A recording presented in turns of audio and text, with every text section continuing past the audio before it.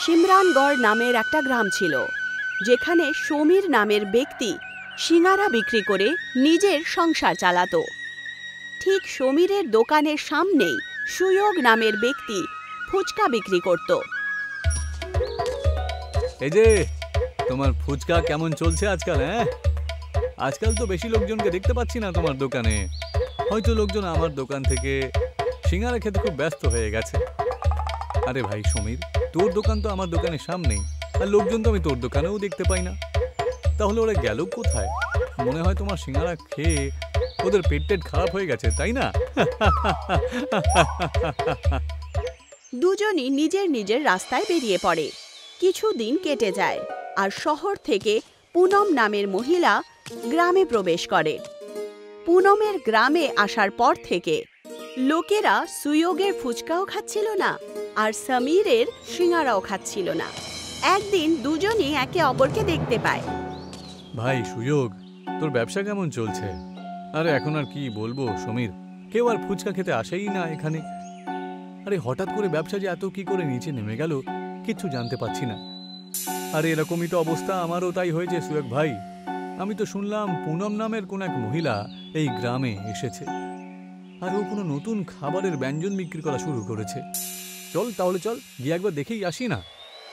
সমীর আর সুয়োগ দুজনই পুনমের দোকানে যায়, আর দেখতে পায় যে পুনম গোল একটা মিষ্টির মতো কিছু বিক্রি করছে। পুনম দেবী, গোল গোল খাবার জিনিস কি বিক্রি করছেন এটা আপনি? একে মোমোস বলে। আমি এটা শহর থেকেই বানানো শিখেছি, আর যখন থেকে আমি এই দোকান খুলেছি সমস্ত গ্রামবাসীরা শুধু আমার কাছেই মোমোস খেতে আসে। এখন এই গ্রামে কেউ সিঙ্গারা বা ফুচকা খেতেই চাইছে না। তুমি এখন এই গ্রামে নতুন, এই মোমোর দোকানটা গ্রামে বন্ধ করে দাও তো। তোমার মোমোর জন্য আমাদের এখানে কেউ ফুচকা খেতে আসছে না, জানো তো? ঠিক কথাই বলছে, এই মোমোর জন্য তো আমার দোকানেও কেউ সিঙ্গারা খেতে আসে না এখন। আমি তো মোমো বিক্রি করা বন্ধ করব না। তোমরা দুজন যা করতে চাও করো, এখন যাও, আমাকে মোমো বিক্রি করতে দাও। অনেক আসলো আমাকে ধমকি দিতে। সমীর আর সুয়োগ ওখান থেকে চলে যায়, আর রাস্তায় দাঁড়িয়ে একে অপরকে বলে, আমার কাছে একটা উপায় রয়েছে, যেটা করলে আমরা এই পুনম দেবী শহর থেকে মোমো কি করে তৈরি করতে শিখে এসেছে, ঠিক সেইভাবেই আমরা দুজনও যদি শহর থেকে কিছু শিখে আসি। এই পুনমকে উচিত শিক্ষা দেওয়ার জন্য আমাদের দুজনকেই একসাথে থাকতেই হবে। কি বলো? হ্যাঁ, তোর সঙ্গে আমি আছি। সমীর আর সুয়োগ শহরের দিকে বেরিয়ে পড়ে। মাঝখানে তারা জঙ্গলের রাস্তা পায়। যখন তারা জঙ্গলের রাস্তা দিয়ে যাচ্ছিলই, তখন সমীরের পা পিছলে যায়, আর সে একটা গর্তে পড়ে যায়। আরে সমীর, কোথায় পড়লি রে তুই? এই খালটা কোত্থেকে চলে এলো এখানে? নিশ্চয়ই কোনো শিকারী কোনো জন্তুর জন্য এই খালটা এখানে কেটে রেখেছে। তক্ষুনি সেই গর্তের মধ্যে থেকে সমীর সুয়োগকে আওয়াজ দেয়, সুয়োগ, নিচে চলে আয়, দেখ এখানে একটা অন্য জগৎ রয়েছে রে। সে দেখতে পায় যে গর্তের নিচে একটা আলাদাই পৃথিবী রয়েছে, যেখানে দূর দূর পর্যন্ত একটা অন্য রকমের আলুর ক্ষেত ছিল। দুজনই এই দৃশ্য দেখে আশ্চর্য হয়ে ওঠে। তক্ষুনি ওখানে একজন সাধু আসেন। তোমরা দুজন এখানে কি করছো খোকারা? আগে আমরা শহরের দিকে যাচ্ছিলাম, তখনই হঠাৎ করে আমি এই খালের মধ্যে পড়ে যাই। তখন আমি নিচে এলাম, দেখতে পেলাম যে এখানে অন্য একটা জগৎ রয়েছে দারুণ, আর দূর দূরান্ত পর্যন্ত আলুর চাষ করা রয়েছে। এগুলো কোনো সাধারণ আলু নয়, এই আলু ইচ্ছা পূরণ করে দেয়। যদি তাই হয় তাহলে একটা আলু খেতে আমাকেও দিন না। আমারও একটা ইচ্ছে রয়েছে, আমার ফুচকার ব্যবসা পুরো গ্রামে সব থেকে ভালো চলা উচিত। আর আমারও ইচ্ছে রয়েছে আমার সিঙ্গারের দোকান যেন সব থেকে গ্রামে ভালো চলে, ঠিক আছে? ওই মোমোওয়ালার থেকেও বেশি ভালো। কিন্তু তোমাদের দুজনের এই ইচ্ছে পূরণ করার জন্য আমি তো আলু তোমাদের দিতে পারি না। তোমাদের দুজনের ভেতরে একে অপরের প্রতি অনেক বেশি হিংসে রয়েছে। তোমাদের দুজনকে এই আলু তখনই দেব যখন তোমরা নিজেদের অহংকারগুলোকে শেষ করে দিয়ে একসঙ্গে থেকে ভালোভাবে কাজ করবে। দুজনই একে অপরকে দেখে আর একসাথে কাজ করার জন্য তৈরি হয়ে যায়। সাধু ওই দুজনকে একটা আলুর দুটো টুকরো করে দিয়ে দেন। এখন অর্ধেক আলু তুমি খাও আর অর্ধেক আলু তুমি, আর একসাথে নিজেদের ইচ্ছেকে পূরণ করো। আমরা দুজন গ্রামে সব থেকে ভালো আর একসাথে বসে সিঙ্গারা ফুচকা বিক্রি করতে চাই। আলুর কাছে ইচ্ছা বলা মাত্রই তারা আবার জঙ্গলে পৌঁছে যায়। তারা নিজের দোকানে ফিরে যায়। তখন তারা ওখানে সমীর আর সুয়োগের দোকানের ঠিক মাঝখানে একটা আলুর গাছ দেখতে পায়। এই আলুটা গাছের মধ্যে কি করে হলো রে? আমাদের কালকের ইচ্ছের ফল এই আলুর গাছই। চ, এর থেকে আলুগুলো পেড়ে নে, আমি এটা দিয়ে সিঙ্গারা তৈরি করব, আর তুই ওই সিঙ্গারার মধ্যে কার ঝাল আর মিষ্টি জল মিশিয়ে দিয়ে লোকজনকে খাওয়াতে শুরু করে দিস। সমীর গাছের আলু দিয়ে সিঙ্গারা বানাতে শুরু করে, আর সুয়োগ ফুচকার তৈরি করতে শুরু করে দেয়।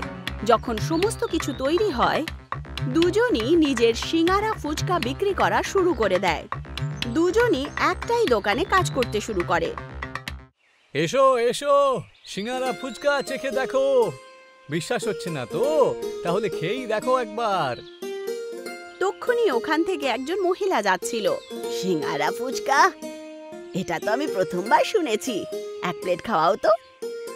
সুয়োগ সিঙ্গারা নিয়ে তার মধ্যে ছেদ করে দেয়, আর তার মধ্যে মিষ্টি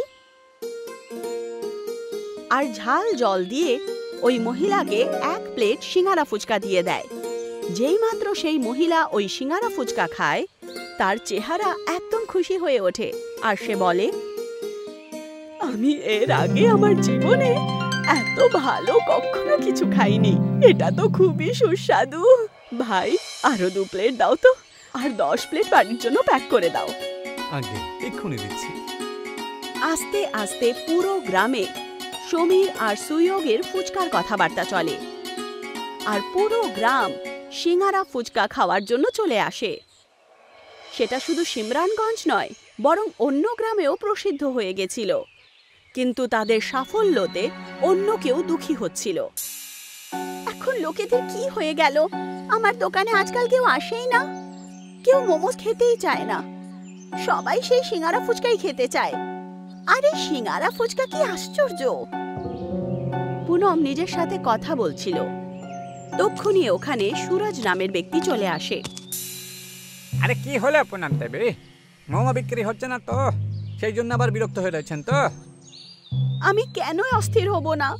এত পরিশ্রম করে শহর গিয়ে আমি মোমোস বানানো শিখলাম। আমাকেই কিছু করতে হবে, নয়তো আমার ব্যবসা একেবারে চুল হয়ে যাবে। আমি জানি যে ওদের দুজনের বন্ধুত্বের ব্যাপারটা আসলে কি। কি বলুন, আমাকে বলুন। আর তুমি কি করে জানলে? সব বলবো, একটু ধৈর্য ধরুন। আপনাকে সাহায্য অবশ্যই করব, কিন্তু আমি যা চাইবো তা দিতে হবে কিন্তু। ঠিক আছে বাবা। সুরজ পুনমকে আলুর গাছের ব্যাপারে বলে দেয়, আর তার সাথে মিলে সমীর আর সুয়োগের সিঙ্গারা ফুচকাকে গ্রাম থেকে সরানোর যোজনা বানায়। রাত্রি হয়ে যায়। সমীর আর সুয়োগ দোকান বন্ধ করে নিজের বাড়িতে যেতে শুরু করে। তাদের যাওয়ার পর ওখানে পুনম আর সুরজ চলে আসে। এই দেখুন, এই গাছটার কথাই তো বলছিলাম। এই হলো সেই গাছ যেটা হঠাৎ করে একদিনে বড় হয়ে গেল। এই গাছের আলু পেরে পেরে ওরা সিঙ্গারা ফুচকা বিক্রি করে। আমি কখনো আলুর গাছের ব্যাপারে শুনিনি। এতে নিশ্চয়ই কোনো রকমের জাদু আছে। আজ এখানেই এটা পুড়িয়ে ছাই করে দেব আমি। তারপর দেখি এরা কি করে সিঙ্গারা ফুচকা বানায়। দুজন মিলে সেই গাছটাকে কাটতে শুরু করে, আর দুজনই অনেক ক্লান্ত হয়ে ওঠে। পুনম দেবী, আমি বলছি কি যে বাকি গাছটা পরে আমরা কালকে কাটবো। সকাল হতে চলেছে তো, কেউ যদি দেখে ফেলে তাহলে কিন্তু আমাদের একেবারে দফারফা হয়ে যাবে। তুমি ঠিক বলছো, চলো এখান থেকে বেরোনো যাক। আমি গিয়ে নিজের কাজ করে নি। দুজনই ওখান থেকে বেরিয়ে যায়। যেই মাত্র সূর্য উদয় হয়, সমীর আর সুয়োগ দুজনই নিজের দোকান খুলতে চলে আসে, আর দেখতে পায় যে গাছ অর্ধেক কেটে গেছে। আর যেই মাত্র সূর্যের কিরণ সেই গাছে পড়ে, গাছ আবার আগের মতো হয়ে যায়। তুমি দেখতে পেলে যেটা আমি দেখতে পেয়েছি? হ্যাঁ, আমি দেখেছি কিভাবে এই গাছটা নিজে নিজে আবার ঠিক হয়ে গেল। কিন্তু এই গাছটাকে কাটতে কে এসেছিল? সে নিজের দোকান খুলে নেয়। আর সিঙ্গারা ফুচকা বিক্রি করা শুরু করে দেয়। দিন শেষ হয়ে যায় আর রাত হয়ে যায়। সমীর আর সুয়োগ দোকান বন্ধ করে বাড়ি চলে যায়। রাত্রির অন্ধকারে আবার পুনম আর সুরজ ওই গাছের কাছে পৌঁছে যায়। আরে, এই গাছটা তো আমরা কালকে অর্ধেক কেটেছিলাম, এটা ঠিক কি করে হয়ে গেল? আবার এটাকে পুরো কাটতে হবে। আরে চিন্তা করবেন না তো পুনম দেবী আপনি, আমার কাছে অন্য উপায়ও তো রয়েছে নাকি। এই গাছটাতে আমরা আগুন লাগিয়ে দিই, না থাকবে বাঁশ আর না বাজবে বাঁশি। পুনম আর সুরজ একটা লাকড়িতে মশাল জ্বালিয়ে দেয়, আর যেই মাত্র সুরজ গাছে আগুন লাগাতে যায় তখন গাছের গোড়া পুনম আর সুরজকে নিজের মধ্যে নিয়ে নেয়। পরের দিন সকালে যখন সমীর আর সুয়োগ ওখানে আসে তখন তারা দেখতে পায় যে এখানে এখন 3টে গাছ আছে। অদ্ভুত ব্যাপার তো, এখনো পর্যন্ত একটা গাছ ছিল, এখন 3টে হয়ে গেল।